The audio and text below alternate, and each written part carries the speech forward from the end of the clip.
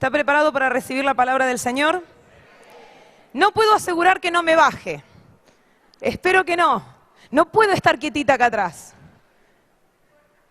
No hay problema si me salgo un poco de lo habitual. Mire, la palabra que yo quiero compartir es muy central en mi vida. Tiene que ver con el ministerio. Y es una palabra que como una semilla tiene el potencial. La semilla tiene el potencial de producir hoja, flor, fruto. Absolutamente todo está contenido en una semilla. Bueno, la palabra que yo le voy a dar, usted va a ver que va a tener todo lo suficiente para hacer frente a su futuro y transformar los momentos más adversos de su vida. La palabra de hoy tiene la potencialidad de transformar las situaciones más difíciles de su vida. Mire, esta palabra empezó el Señor a traerla sobre mi vida en una de las reuniones del domingo. Por eso yo siempre digo que hay que estar conectado. Mientras se predica, usted tiene que estar abierto a la influencia del Espíritu Santo, porque Dios puede seguir hablando. Y yo digo a veces, nosotros los domingos tenemos 3 cultos, a las 10 de la mañana, a las 6 de la tarde y a las 8 de la noche. Y a veces el Señor me habla en el tercer culto y digo, mi corazón todavía está tan duro que no tuvo la sensibilidad de escucharlo en el primer culto. Por eso cuando se predica la palabra, hay que estar conectado con el Señor. Usted tiene que hacer el esfuerzo consciente de permitir que el Espíritu Santo fluya, porque la palabra nos transforma. ¿Cuántos me dicen amén? Y había pasado el primer culto y en el segundo culto mi esposo menciona un pasaje que está en Génesis capítulo 20. Dice, partió Abraham de la tierra del Negev, esta es en la versión Reina Valera 60, y habitó como forastero en Gerar, desde el versículo 1. Y dijo Abraham de Sara su mujer, es mi hermana.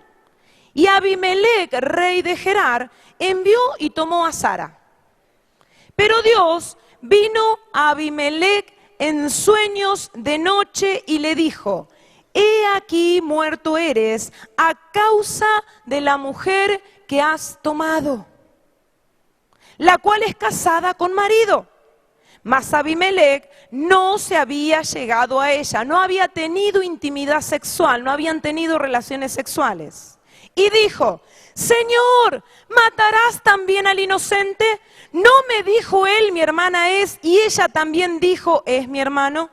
Con sencillez de mi corazón y con limpieza de mis manos he hecho esto. Y le dijo Dios en sueños, yo también sé que con integridad, y yo quisiera que usted subraye esta palabra, con integridad de tu corazón has hecho esto, y yo también te detuve de pecar contra mí, y así no te permití que la tocases. Ahora pues devuelve la mujer a su marido, porque es profeta, y orará por ti, y vivirás. ¿Sabe lo que me llamó la atención? Porque es un pasaje que tal vez usted leyó.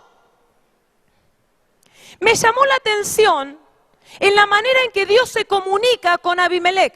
¿Quién era Abimelec? Abimelec era un rey pagano que no estaba buscando a Dios. En ningún lugar de la Biblia se nos dice que este hombre tuviera alguna inquietud espiritual, nada. Ahora, si uno mira el Antiguo Testamento, la manera habitual de comunicación que Dios tenía era por medio de un mensajero o profeta. Venía la palabra de Dios sobre el profeta y el profeta mensajero iba y entregaba esa palabra al rey, al pueblo, a quien fuere. Y en ese segundo culto, como yo le estaba comentando, por primera vez noté algo que me llamó poderosamente la atención. Y es el trato de Dios hacia este rey. Dice que se le apareció en sueños. Y no que le dio un mensaje, sino que sostuvo una conversación con Abimelec. Y yo dije, como decimos en la Argentina, ¡wow! Así decimos allá. Cuando algo nos asombra decimos, ¡wow! ¡Wow! Dije yo, ¿cómo puede ser que un hombre pagano que no buscaba a Dios tuviera una manifestación sobrenatural de Dios. Y Dios no solamente le da un mensaje, sino que habla con él. ¡Qué privilegio! Y empecé a preguntarle al Espíritu cuál era la razón por la cual Abimelec recibió ese trato preferencial.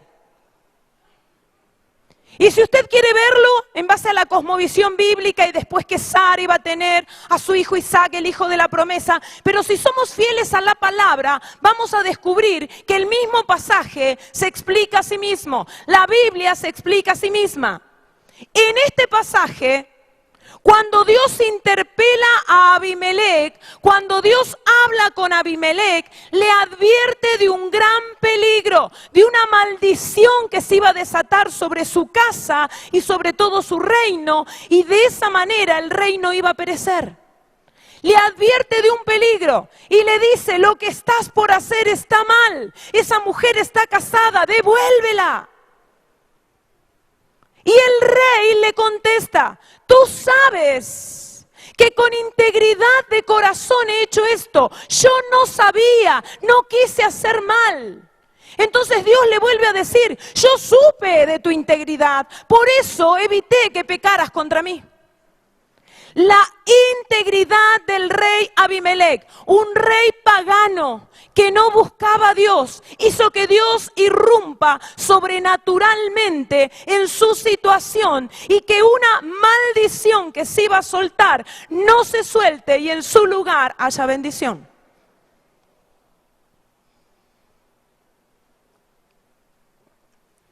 Me quedé pensando, no le puedo explicar, domingo a la noche, y seguía con esta sensación de ¡wow! La integridad tiene ese poder. Y podríamos definir qué significa integridad. Integridad es probidad. Es hacer lo bueno conforme a la palabra de Dios, porque es lo bueno aunque nadie me vea. ¿Qué es la integridad? Es la honestidad. En el Antiguo Testamento usted lo va a ver como sinónimo de justo. En el Antiguo Testamento, antes de que Jesús viniera, no hay justicia imputada. Cuando usted lee justo, hace relación a una decisión de vida, una vida honesta, una vida agradable a Dios. ¿Qué es integridad? Es hacer lo que es bueno conforme a la palabra de Dios, porque es lo bueno, aunque nadie me vea. ¿Qué es ser íntegro? Es hacer lo que es bueno, según la palabra de Dios, porque es bueno, aunque nadie me vea. ¿Se anima a repetirlo conmigo? ¿Qué es ser íntegro? Es hacer lo bueno, según la palabra de Dios, porque es lo bueno, aunque nadie me vea. Lunes, martes, seguí maravillada. Mire, yo me crié en una iglesia con líderes muy hermosos. Yo los honro hasta el día de hoy. El Señor me ha dado el privilegio de mantener comunicación con mis líderes, con mis pastores de adolescentes, de jóvenes. Y es hermoso porque en esta etapa de la vida, nosotros como ministerio y como equipo vamos y bendecimos la iglesia.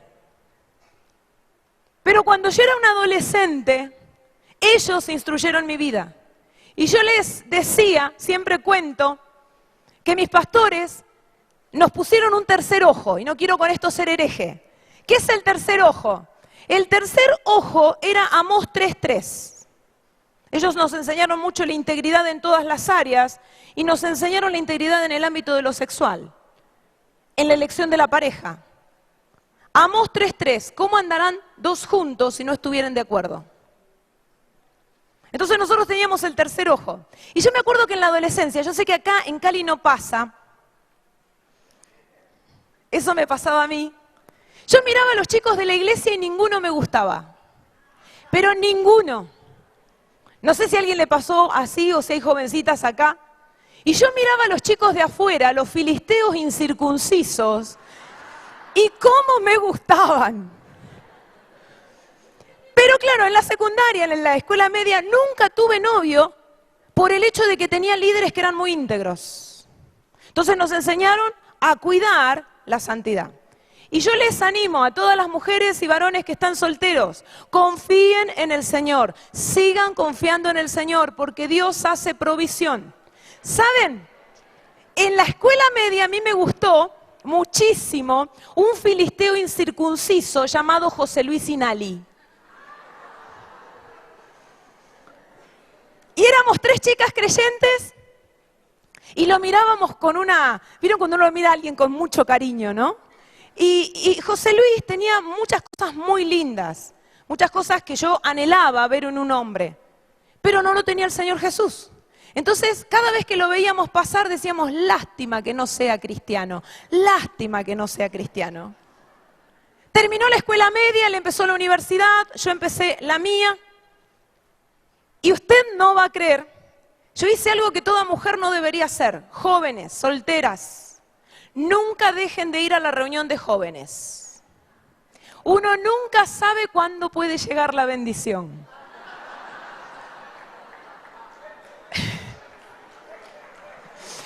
Entonces,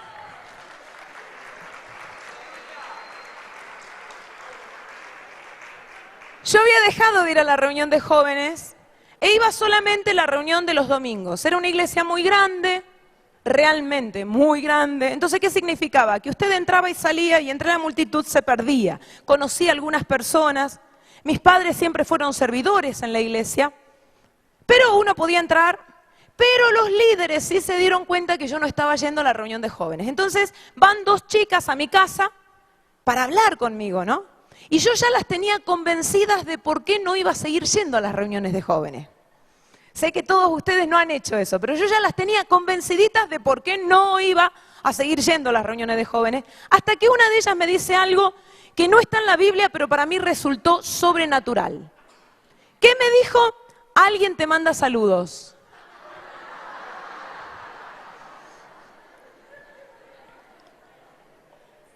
Y yo dije, ¿quién? Y las chicas me dicen, no sabés, es un chico que iba con vos a la escuela secundaria, el Señor le transformó la vida, tuvo un encuentro espectacular con el Señor, se consagró, está por empezar el seminario. ¿Quién? No, vos no sabés. Y seguían hablando y no me decían quién. Y en un momento cuando yo le digo como por 3ª o 4ª vez quién, me dicen José Luis Sinali. Y yo digo, no, y ellas dicen sí, no, yo ya me estaba colocando los jeans para ir a la iglesia.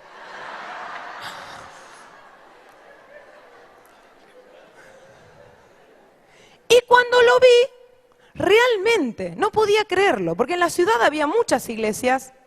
Claro, él no empezó a ir a la iglesia porque sintió algo especial de Dios, sino porque tenía una compañera de trabajo de la que él gustaba. A él le gustaba esa chica y esa chica lo invitó a la iglesia, entonces empezó a ir por esa chica.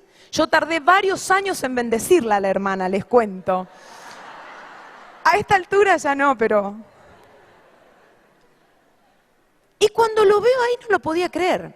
Nosotros nos criamos en un pueblito chiquitito y la familia de él es conocida por ser familia muy católica. Tienen obispo, sacerdote y monja, todo en la misma familia. Y el pastor viene a ser la oveja negra.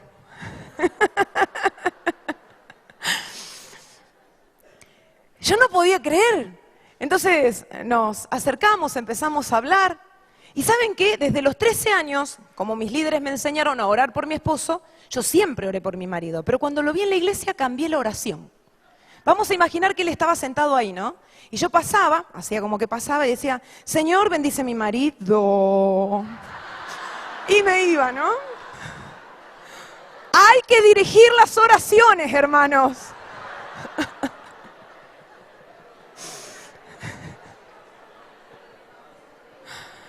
Hay que dirigir las oraciones. Y sabe que la experiencia que yo tuve con mi esposo fue una de las cosas que a mí más me convenció, si vale la palabra, para ser fanática de la oración. Cuando después nos ponemos de novios y finalmente cuando ponemos fecha de casamiento, yo desde los 13 años hasta el día que nos pusimos de novios siempre tuve un libro diario donde anotaba las cosas que Dios me daba para mi esposo, los poemas que en el romanticismo surgen, los días de ayuno que yo tomaba por mi matrimonio. Y los días de ayuno, siempre digo, no era porque fuera muy espiritual. ¿Saben cuándo ayunaba yo? Cuando mis amigas se ponían de novias y yo no tenía a nadie. Entonces me daba tanta bronca que ayunaba. Pero Dios pasó por alto todas esas cosas y me bendijo con mi esposo. Por eso a veces las motivaciones no son las correctas, pero aún así Dios puede encaminar las cosas según su voluntad. Y cuando fijamos fecha de boda, yo me atreví a llevarle todos los cuadernos donde tenía cosas anotadas.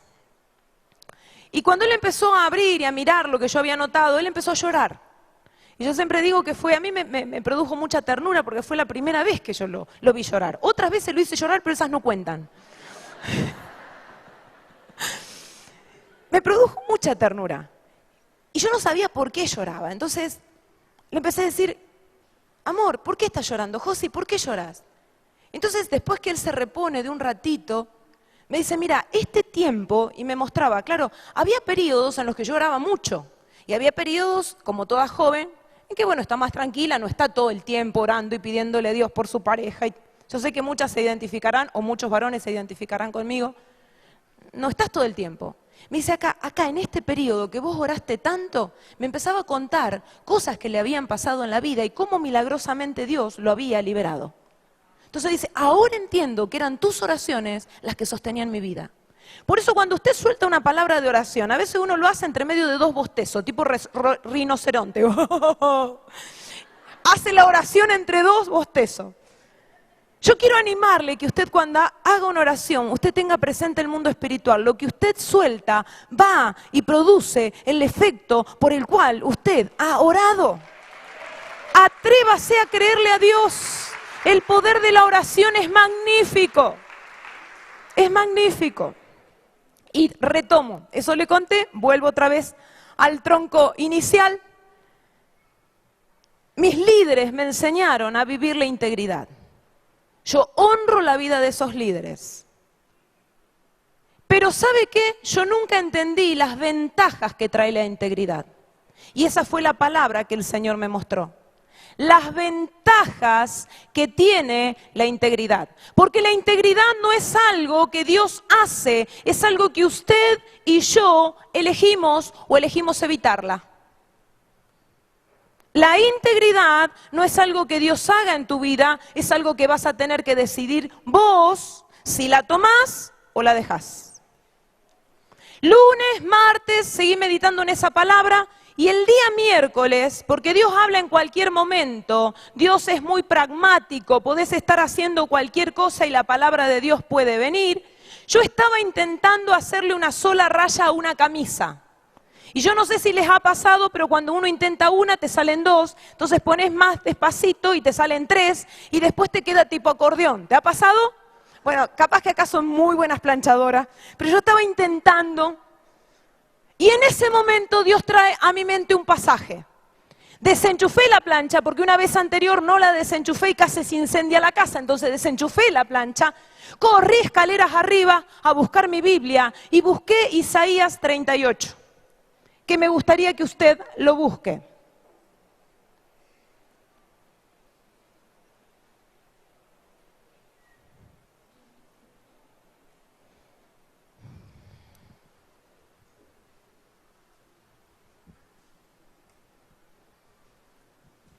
Isaías capítulo 38, desde el verso 1 dice, en la versión Reina Valera, en aquellos días Ezequías, ¿quién era Ezequías? El rey, enfermó de muerte. Y vino a él el profeta Isaías, hijo de Amós, y le dijo, Jehová dice así, ordena tu casa porque morirás y no vivirás. Entonces volvió Ezequías su rostro a la pared e hizo oración a Jehová y dijo, oh Jehová, te ruego que te acuerdes ahora que he andado delante de ti en verdad y con íntegro corazón, y que he hecho lo que ha sido agradable delante de tus ojos. Y lloró Ezequías con gran lloro. Entonces vino palabra de Jehová a Isaías diciendo, ve y dile a Ezequías, Jehová, Dios de David, tu padre, dice así, he oído tu oración y he visto tus lágrimas. He aquí que yo añado a tus días 15 años, y te libraré a ti y a esta ciudad de mano de tus enemigos, y a esta ciudad ampararé. Bueno, no sé usted, pero a mí me gusta siempre cuando yo leo un pasaje imaginármelo. Acá tenemos dos personajes, podemos decir tres si incluimos al Rey de Reyes. tenemos a Isaías y tenemos a Ezequías. Ezequías era el rey, Isaías era el profeta de palacio. De todos los profetas, de los profetas mayores, tenemos que decir que es el que más cristofanías tuvo, el que más profundidad en cuanto a la revelación de la primera y de la segunda venida del Señor tuvo, porque hay muchas profecías de doble referencia de Isaías, cuyo cumplimiento total no ha ocurrido. Un nombre tan usado por Dios. Ahora pongámonos en contexto. Usted recibe una palabra profética para el presidente de su nación. Pero la palabra profética no es Dios te va a bendecir y prosperar. No, es ordenar tu casa, porque todo lo que vos tenés, si no está ordenado, va a sufrir porque vas a morir. ¿Quién le diría al presidente de la nación una palabra así? Algunos levantan las manos en los pies. Pero es difícil, póngase en lugar del profeta. Yo si tengo que ir delante de la presidenta, de Cristina, para decirle, Cristina, Dios te dice, vas a morir. Primero, antes de eso, pido confirmación, reconfirmación, vellón, recontravellón, no sé cuántas cosas hago. Si después no se muere.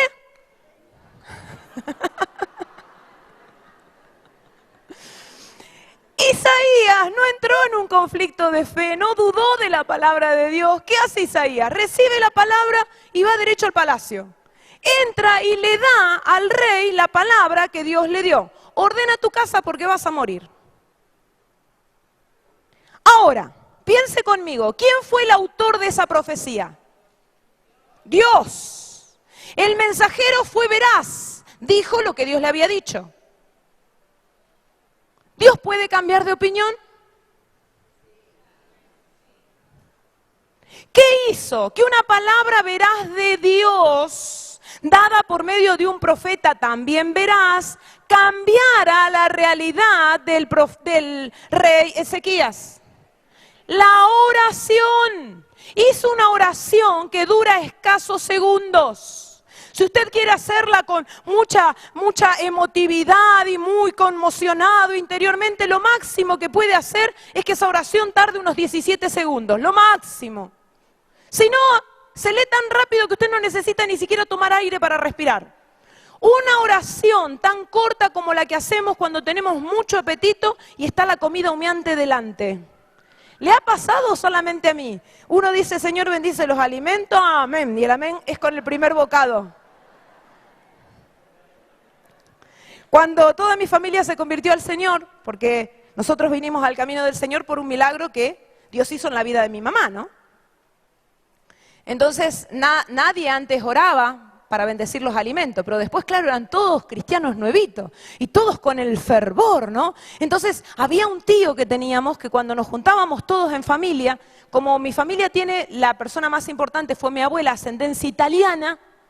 Entonces, ¿qué se hacían? Los tallarines los fines de semana, los tallarines con tuco y el pollo al horno. Eso era la comida de los domingos. Pero los tallarines hay que comerlo cuando están a punto.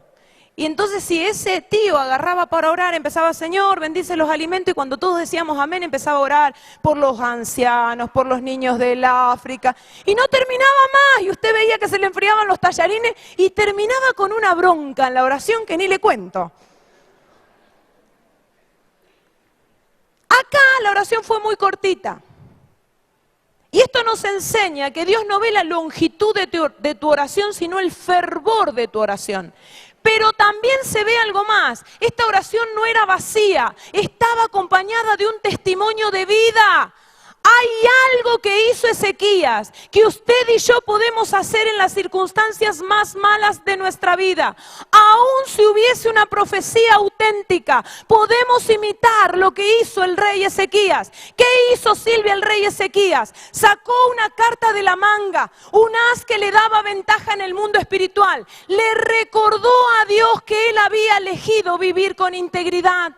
Acuérdate, Señor. Y en ese momento dice que Dios ve que Isaías está saliendo del palacio y viene y le vuelve a hablar y le dice, Isaías, volvete, cambié de opinión. Decile que yo le añado 15 años y como Dios es extravagantemente generoso, le dice, y también voy a librar a toda la ciudad.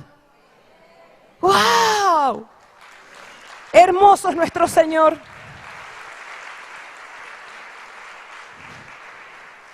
Una profecía que fue cambiada.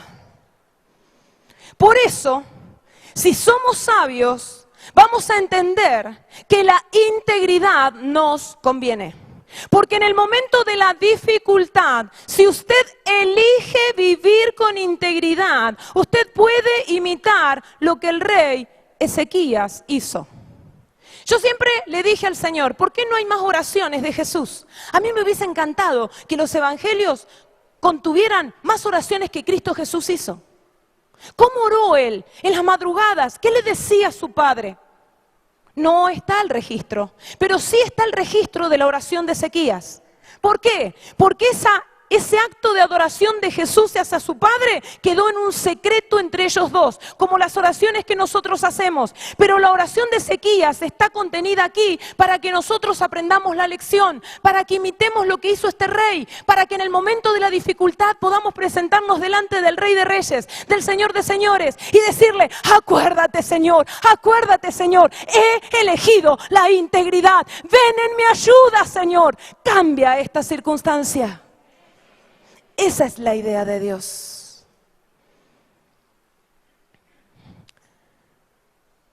Los líderes, los pastores, ¿por qué hacemos lo que hacemos? ¿Por qué predicamos? ¿Para qué predicamos? ¿Sabe que Malaquías es un libro hermosísimo y sumamente triste? Sumamente triste. ¿Por qué? A mi modo de entender, es triste porque Dios desnudó su propio corazón, desnudó todo lo que Él sentía hacia su pueblo y esperó que el pueblo respondiera. Y evidentemente el pueblo respondió por poco tiempo, porque Dios hace silencio, tanto silencio que por 400 años no hay palabra de Dios. El periodo intertestamentario entre Malaquías y el comienzo del Nuevo Testamento, 400 años de silencio. Malaquías contempla a un Dios que está disgustado por su pueblo. Y hay una palabra para el liderazgo, para entender por qué hacemos lo que hacemos. En el capítulo 1, versículo 13, hay una amonestación para todos los que somos líderes, pastores, servidores, aquellos que servimos al Señor. Ustedes, los sacerdotes, se quejan y dicen, esta es la versión en lenguaje actual, la TLA. Ustedes, los sacerdotes, se quejan y dicen, nuestro trabajo es muy pesado. Yo tuve que pedirle perdón al Señor por esto. No sé usted. Pero a veces uno está cansado, a veces ha lidiado todo el día con situaciones problemáticas y viene alguien más y dice, no doy más, esto es muy pesado. Nunca entendí que era una deshonra a Dios decirle, Señor, tal vez lo dije en broma. ¿No dijo alguna vez usted? Ser pastor es difícil, ¿eh? Una deshonra a Dios. Pero miren cómo sigue en el capítulo 2. Dice, esta advertencia va para ustedes los sacerdotes. Si no me obedecen ni aprenden a respetarme, yo los maldeciré. Si no me sirven con sinceridad, cambiaré en maldición mis bendiciones para ustedes. Además, les quitaré el poder. Y tal vez usted dice, Silvia, ¿cómo se relaciona esto con la integridad? Porque cuando hablo de integridad, hablo integridad en todas las áreas. Claro que hablo como integridad en el ámbito sexual, porque una de las maneras de traducir la palabra integridad es virginidad. Es un sinónimo, integridad puede ser virginidad. Y aquí quiero solamente traerles luz en este pensamiento.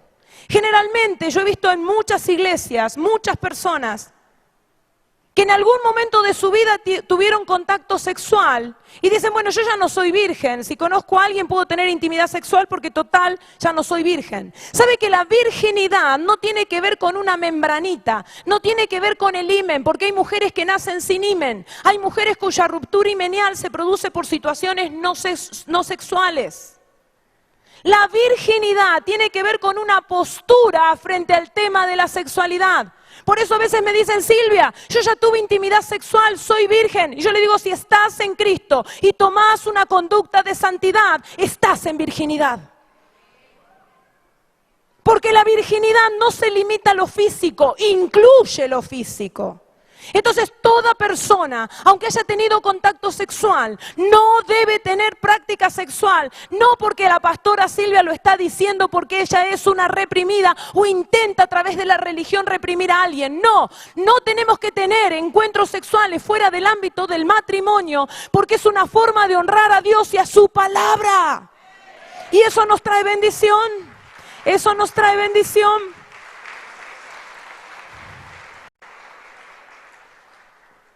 Entonces, cuando uno habla de integridad, generalmente las personas piensan en el área económica, piensan en el área económica financiera, piensan en el área sexual, pero la integridad es mucho más fina. La integridad tiene que ver hasta con las motivaciones por las cuales servimos al Señor. Y ahí el Señor dice, si no aprenden a respetarme, yo los maldeciré. Si no me sirven con sinceridad. Cuando usted se prepara para venir a la casa del Señor, a la reunión de la iglesia, hágalo con alegría. No llegue tarde. Mire, el culto tiene dos partes. Una primera parte donde alabamos, esa parte no es para nosotros, es para Él. Porque lo alabamos, lo adoramos, le decimos que lo amamos. Yo me gocé, porque aquí hay adoración viva. ¡Ay! Está lindo, está hermoso. Como dicen ustedes, sabroso, ¿no? Así. Me encantó. Hay que llegar a tiempo. ¿Por qué? Porque el protocolo lo exige. Cuando usted va a un acto protocolar, la persona más importante es la última en llegar. Es una deshonra que el Señor esté esperando por nosotros. Es una deshonra. Si no los sirven con sinceridad, cambiaré en maldición mis bendiciones para ustedes. Además, les quitaré el poder. ¡Wow! Versículo 4, si les advierto esto, es para que sepan que quiero cumplir el pacto que hice con Leví, el antepasado de ustedes. Con ese pacto me comprometí a darle vida y paz. Leví, por su parte, se comprometió a respetarme y honrarme, y así lo hizo. Yo soy el Dios Todopoderoso y les juro que así fue. Leví nunca engañó a la gente. Pastores y líderes, reciban esta palabra. Leví nunca engañó a la gente, sino que les enseñó la verdad. Siempre vivió en armonía conmigo. Dios da testimonio de la vida de Leví.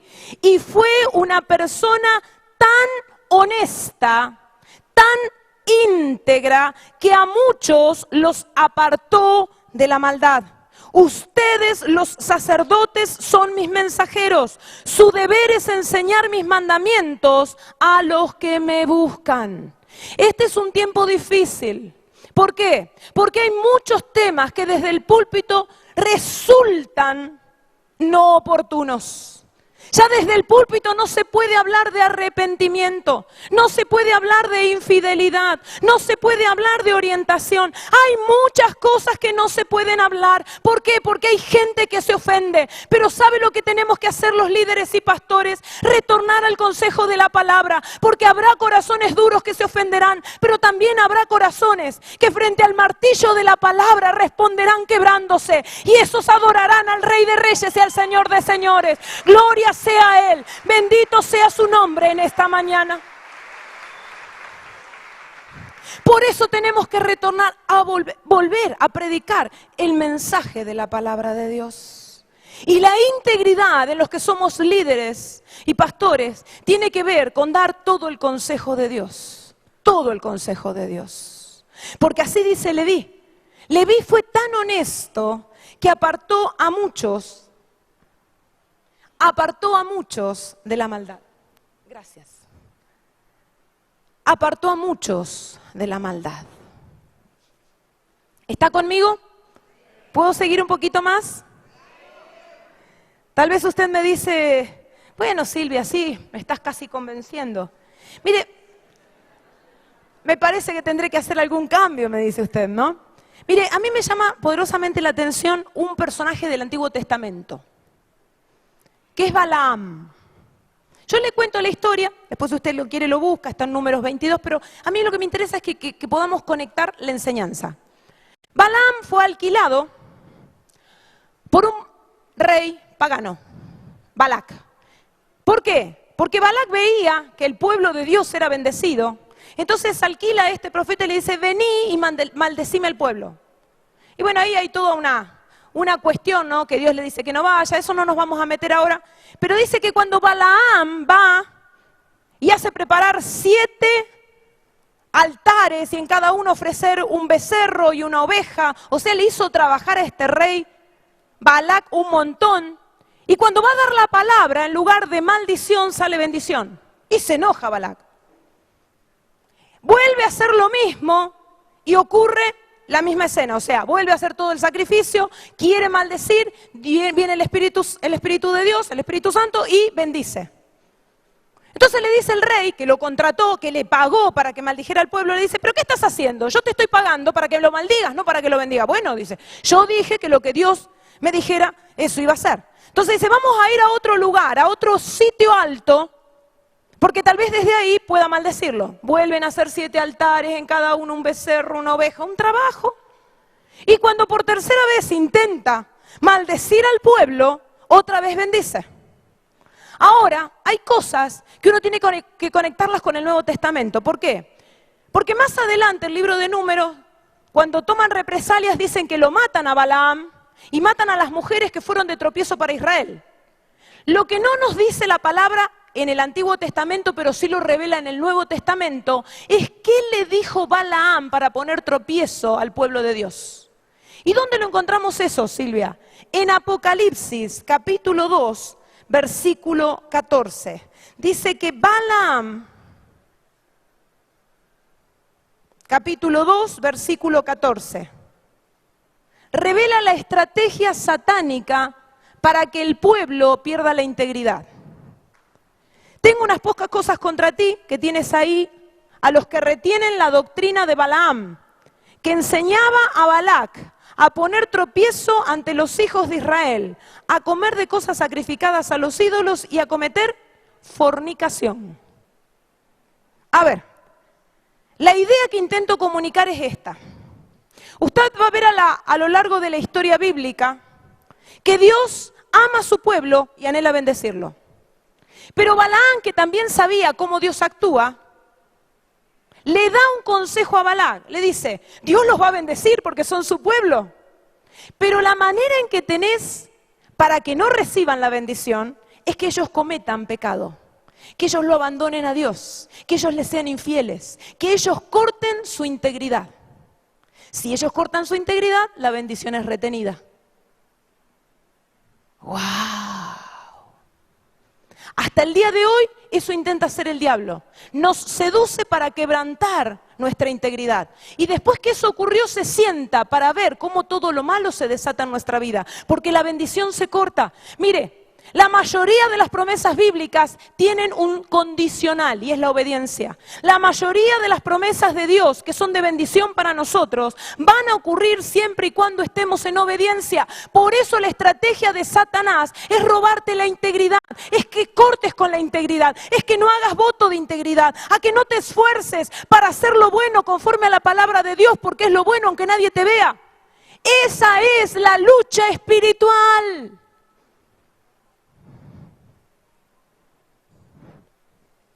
Gloria a Dios, porque aún Apocalipsis nos dice cuál fue la estrategia que usó Balaam.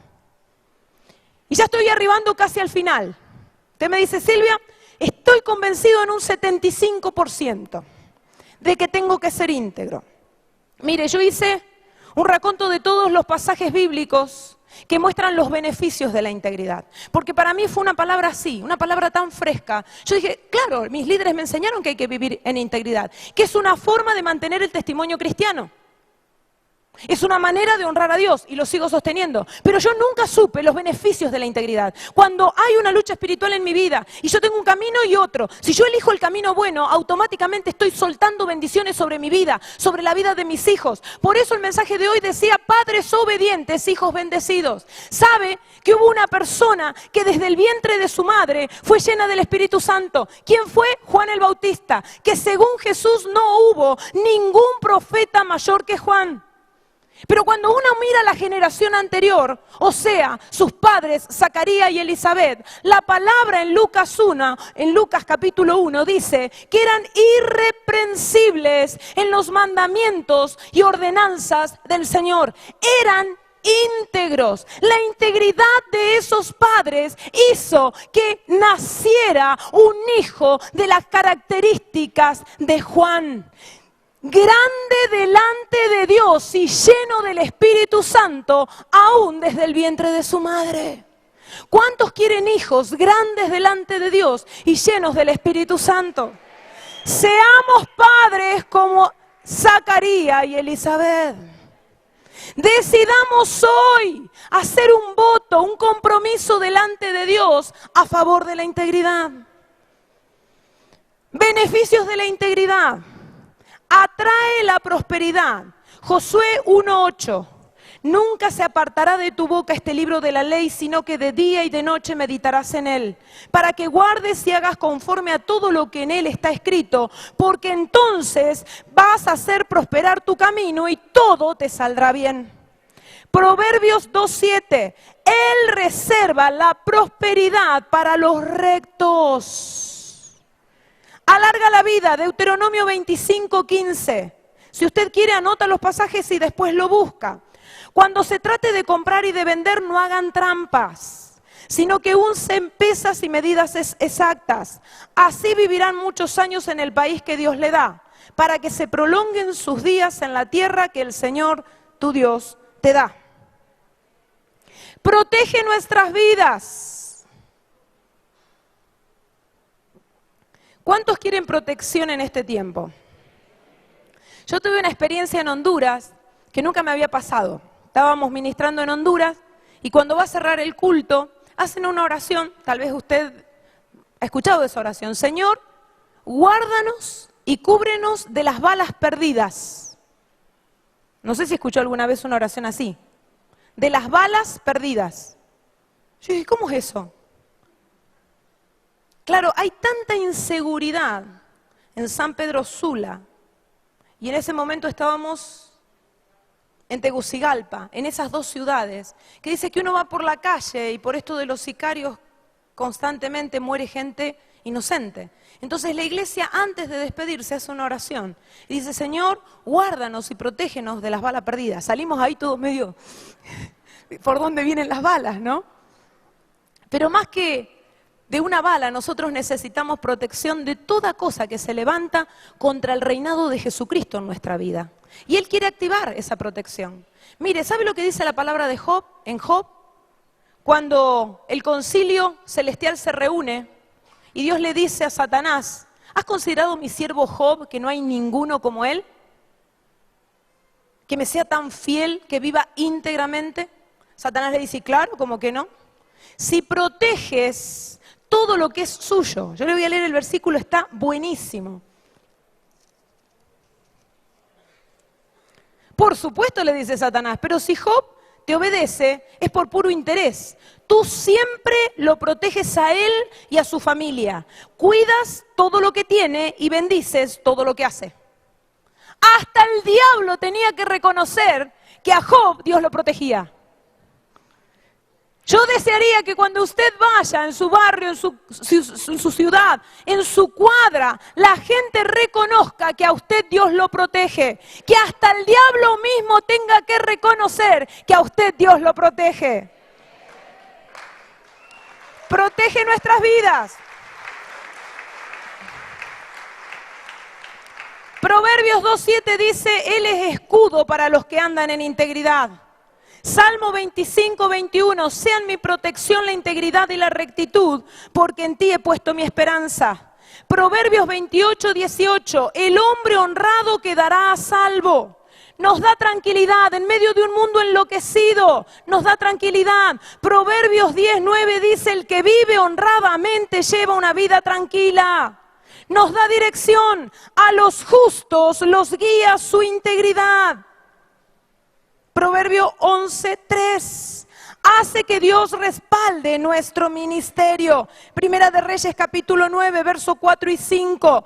En cuanto a ti, si andas delante de mí en integridad de corazón y en rectitud, haciendo conforme a todo lo que te he mandado, y guardas mis estatutos y mis ordenanzas, yo afirmaré el trono de tu reino.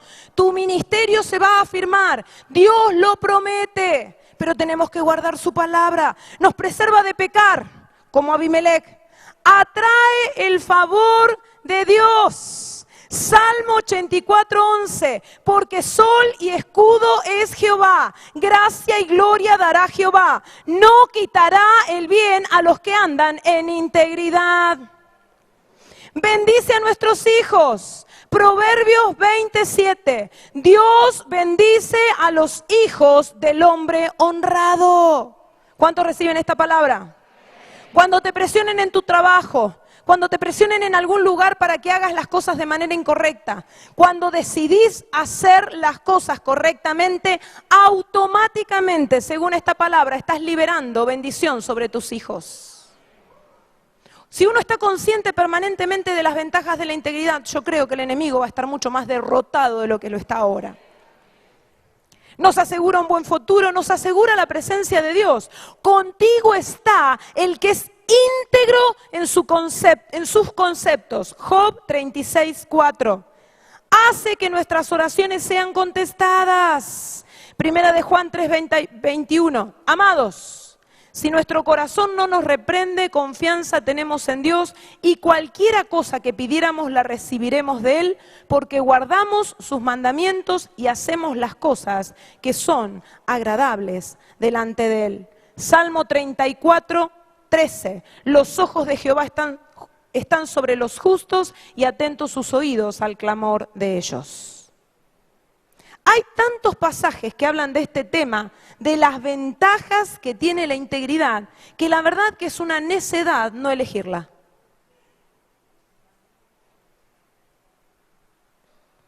En esta mañana yo les propongo algo diferente. Generalmente cuando uno predica la palabra de Dios, hace un llamado para que la gente reciba de Dios. Pero yo quiero hacer un llamado totalmente diferente. Yo quiero hacer un llamado a darle a Dios. Quiero hacer un llamado a entregar nuestra vida, como dice Romanos 12, en adoración a Dios. Yo no sé si acá tendré muchos valientes, quiero creer que sí. Que entre mis hermanos y hermanas de la Iglesia del Señor aquí en Cali y de tantos lugares, voy a encontrar muchos valientes que hoy se van a poner en pie en el mundo espiritual y van a decir, Señor, yo no puedo hablar del pasado, porque el pasado no lo podemos cambiar, pero podemos renunciar a toda cuestión oculta y vergonzosa. Hoy podemos ponernos a cuentas con el Señor y decir, Señor, hoy elijo la integridad. Hoy entiendo que el momento más difícil de mi vida puede cambiar si yo estoy en integridad. Entiendo que tus promesas se van a cumplir en mi vida, Señor, pero yo puedo ser el obstáculo más grande si no vivo en integridad. Y cada vez que yo predico esto, a mí me da mucho temor esta palabra. ¿Sabe por qué? Porque yo me la predico a mí misma. Y digo, ¿qué pasa? ¿Cómo hago para dar un testimonio del Señor que sea de integridad? Y cuando yo fui delante del Señor y le pregunté esto, Él me dice, Abimelec no tenía mi espíritu y Abimelec vivió en integridad. Entonces dije, si un pagano pudo vivir en integridad, usted y yo, contando con la presencia del Espíritu Santo, vamos a poder.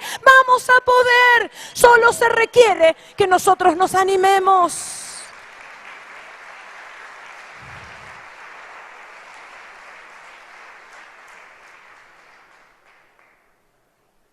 Por eso, Romanos capítulo 12 dice, hermanos míos, ya que Dios es tan bueno con ustedes, les ruego, dice el apóstol Pablo, les ruego que dediquen toda su vida a servirle y a hacer todo lo que a Él le agrada.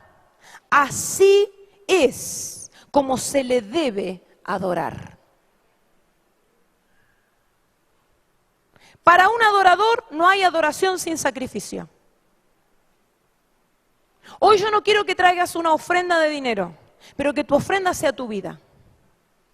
Pero tiene que ser total, absoluta, una entrega sin reservas. Desde hoy para lo que el Señor quiere.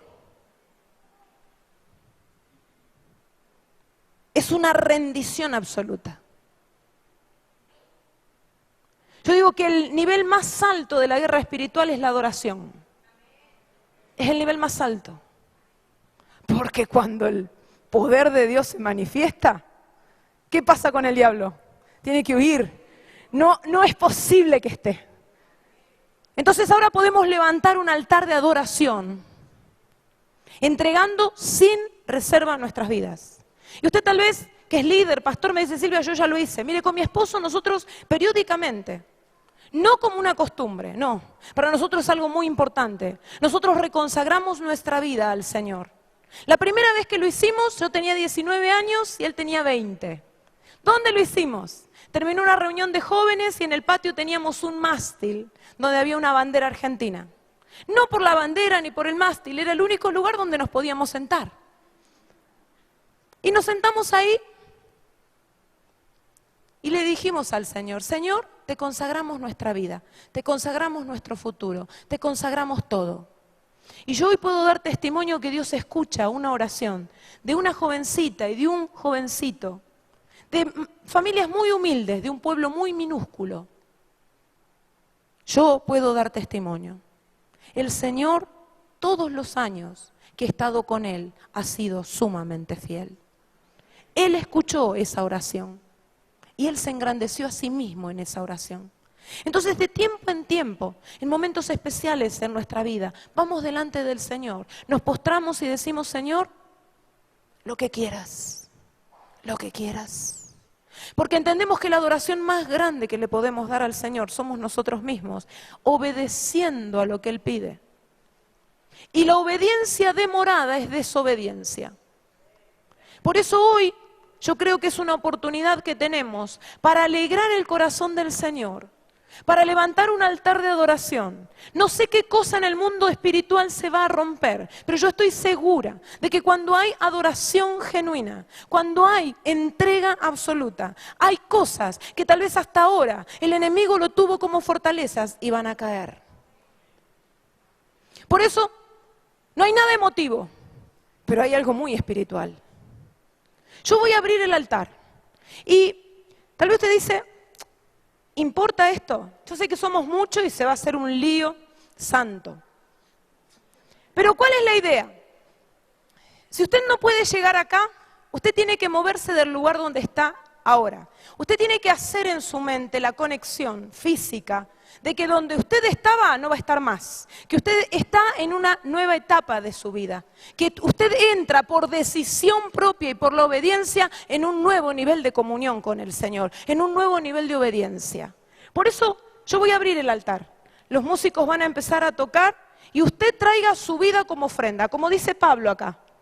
Dice, Él es tan bueno con ustedes, dediquen toda su vida a servirle y a hacerle lo que a Él le agrada.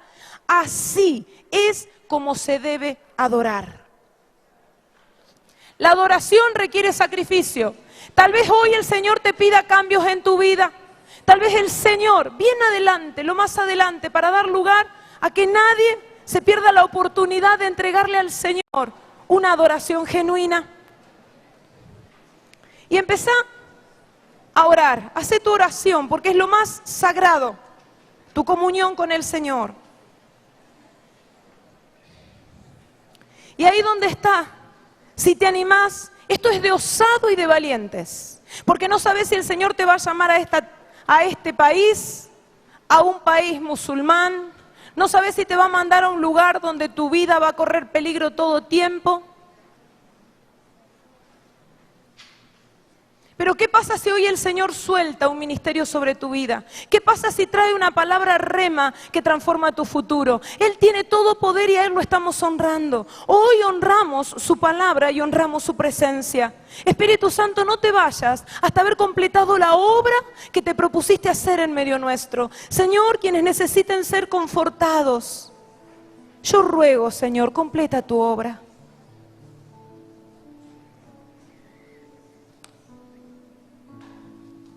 No hay adoración sin sacrificio. Tal vez el Señor te está llamando a entregarle algo. Puede ser algo pecaminoso, pero también puede ser algo bueno. Tal vez un hábito. Tal vez le estás dedicando mucho tiempo a cosas intrascendentes, el Facebook, las redes sociales, internet. Y es tiempo que empieces a leer la palabra y orar. Tal vez sos pastor y viniste con el corazón quebrantado porque ves que la obra no crece, ves que estás dando tus mejores años. Yo quiero alentarte. No estás sirviendo a hombre alguno, estás sirviendo al Dios de toda la gloria. La novia le pertenece al novio. Nosotros, los que servimos, los líderes, los pastores, somos los amigos del novio. Por eso no tengas temor. Tal vez el Señor te puso 5, 10 o 15 o 50. Y cuando viene otro consiervo te dice, y su iglesia es grande o pequeña, y a veces uno se siente mal. Y dice, Señor, tanto te amo y te sirvo, y tengo tan poco fruto. No pienses así. Dios te ha confiado vidas, y cada vida es importante. Tal vez una de las 15, de las 20, de las 50 que tenés, se va a transformar en el predicador de los próximos años sobre el mundo entero. Sé fiel con esa mina que Dios te dio. No pienses que una iglesia grande hace al pastor más grande, porque no hay pastores grandes ni pastores pequeños. Hay pastores conforme al corazón de Dios. Nada más. Y la iglesia le pertenece al novio. La iglesia le pertenece a Jesús. Tuya es la novia, Señor. Y hoy, como parte de esa novia, te adoramos. Hoy, Señor, con nuestra decisión queremos que tu novia brille. Hoy, con nuestra decisión por la integridad, queremos que tu novia se vea más espléndida, Señor. Si Abimelech pudo siendo un impío, ¿cómo no vamos a poder nosotros contando con tu Espíritu? Ven, Espíritu Santo, ven. Ven a las zonas más oscuras de nuestra vida. Ven a los temores más ocultos de nuestro corazón. Ven, Señor. Ven a las heridas que ni siquiera sabemos que portamos, pero que muchas veces opacan el encuentro que tenemos contigo. Ven, Señor, sobre nuestras obras. Ven sobre nuestras motivaciones. Ven sobre nuestro corazón duro, Señor. Ven.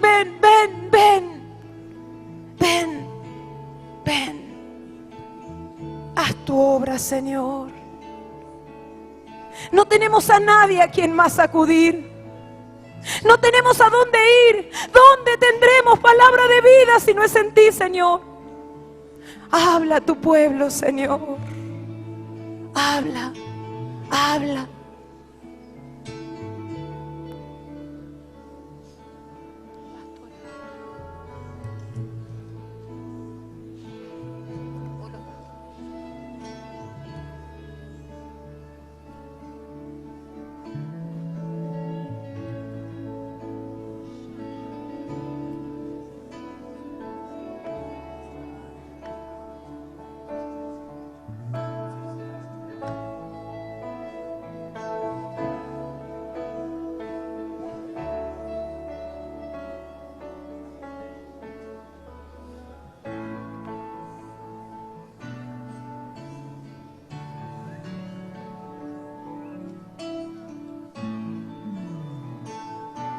Si tiene a su esposa o a sus hijos,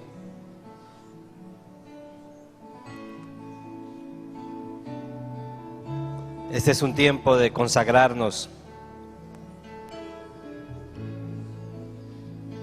de hacer de Jesús el centro de nuestras vidas, el centro de nuestra familia,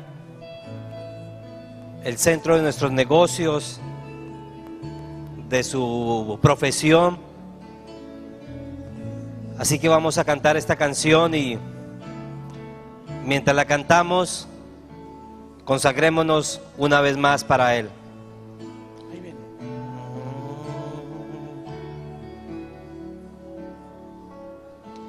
El centro de todo es Jesús.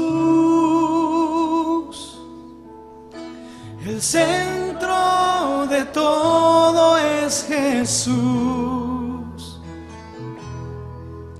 del principio hasta el fin, siempre has sido y siempre serás Jesús. Jesús, todos juntos. El centro de todo es Jesús. El centro de todo es Jesús. Del principio hasta el fin, siempre has sido y siempre serás Jesús. Jesús, nada más importa, nada importa más que tú. Jesús, eres el centro, todo gira en torno a ti, Jesús, a ti. El centro de mi vida sé Jesús, dile a Él. El centro de mi vida sé Jesús. Del principio hasta el fin, siempre has sido y siempre serás Jesús. Jesús, nada más importa, nada importa más que tú. Jesús, Jesús, eres el centro, todo gira en torno a ti, Jesús, a ti. De mi corazón a los cielos, Jesús es el centro, no hay fuera de ti, mi vida es para ti. De mi corazón a los cielos, Jesús es el centro, no hay fuera de ti, mi vida es para ti. Dile, de mi corazón a los cielos, Jesús es el centro, no hay fuera de ti, mi vida es para ti. De mi corazón a los cielos, Jesús es el centro, no hay fuera de ti, mi vida. No hay fuera de ti, dile. No hay fuera de ti, mi vida es para. No hay fuera, no hay fuera de ti, mi vida es para ti.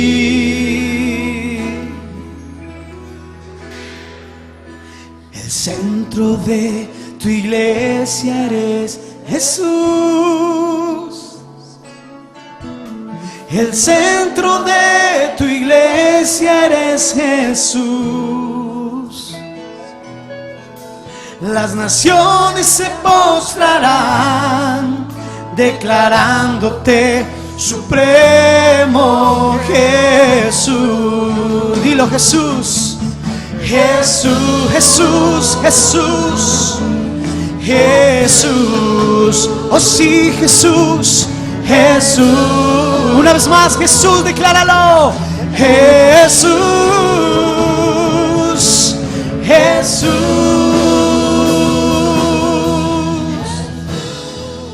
Yo quiero que reciba una palabra.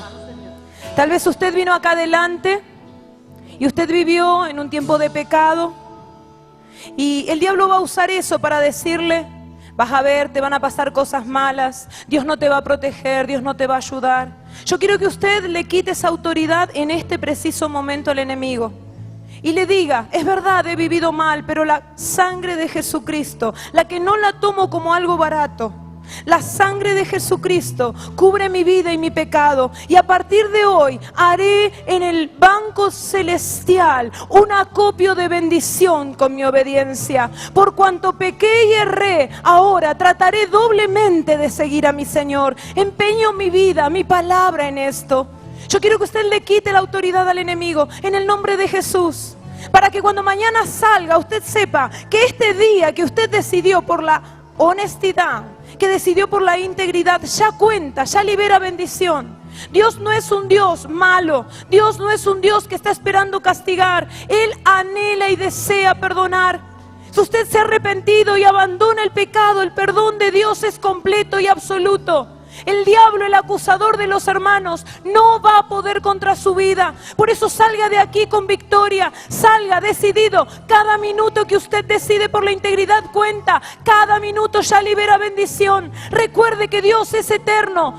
La eternidad misma no lo puede contener. Su decisión afecta a la eternidad. Por eso muévase en los tiempos de Dios, no en los tiempos humanos. Tome esta palabra y salga a vencer. Salga a vencer. Cualquiera sea la situación, salga a vencer.